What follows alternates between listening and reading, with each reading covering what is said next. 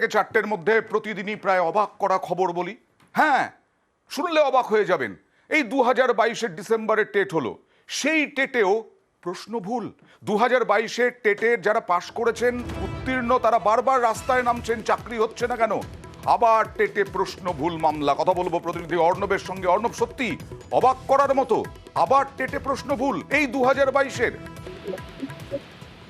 এখনো পর্যন্ত কলকাতা হাইকোর্টে একটা অভিযোগের আকারই রয়েছে এবং 500 জন পরীক্ষার্থী প্রায় তারা কলকাতা হাইকোর্টে মামলা দায়ের করে বলে যে 2022-এর ডিসেম্বরে যে টেট হয়েছে, যে টেটকে পড়া ইতিহাসের সার্টিফিকেট দিয়েছিলেন খোদ বিচারপতি অভিজিৎ গঙ্গোপাধ্যায়, যে ভালো টেট কন্ডাক্ট করেছে এবার পর্ষদ, সেই টেটেও 15টা প্রশ্ন নিয়ে বিভ্রান্তি এবং তার বেশ কিছু অপশনে ভুল এবং কিছু প্রশ্ন পুরোপুরি ভুল, এই অভিযোগ নিয়ে মামলা।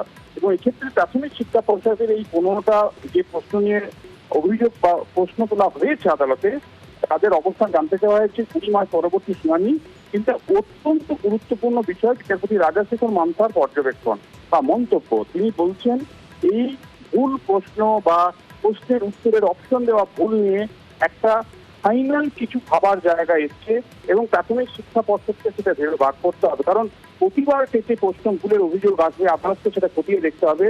যদি পর্ষদ সেক্ষেত্রে করতে ব্যর্থ হয়, আদালত পলিসি ফ্রেম করে দেবে। অর্থাৎ এই প্রশ্ন ভুল যাতে না হয় তার জন্য প্রয়োজনে আদালত পলিসি ফ্রেম করবে, এই পরামর্শ করা ইজলাসে দেওয়া হয়। সব মিলিয়ে অবস্থান জানাতে বলা হয়েছে পর্ষদকে। 20 মার্চ এই মামলা পরবর্তী শুনানি এবং সেক্ষেত্রে 15 প্রশ্ন আদৌ ভুল নাকি অভিযোগের কোনো সার্বত্র বিষয় আছে সেটাই এখন দেখা। তার মানে 2022-এ যারা টেট উত্তীর্ণ হয়েছেন, যারা চাকরির জন্য পথে নামছেন, তাদের চাকরি ঝুলে থাকবে কিনা 20শে মার্চ অন্তত সেটা জানতে পারবেন। কারণ আবার মামলা, 500 জনের মামলা। আর